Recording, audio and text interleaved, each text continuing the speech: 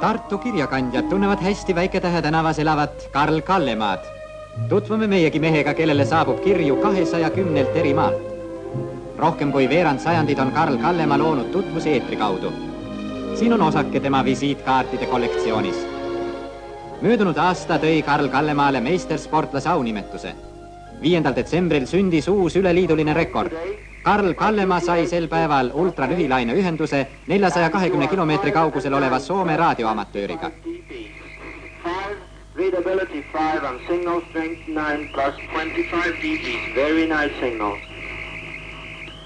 My name is Bill. I spell it for you. B. Baker, O. Ocean. Hello, CQ, CQ, CQ. Here is Estonia. UR2BU. United Radio to Boston University.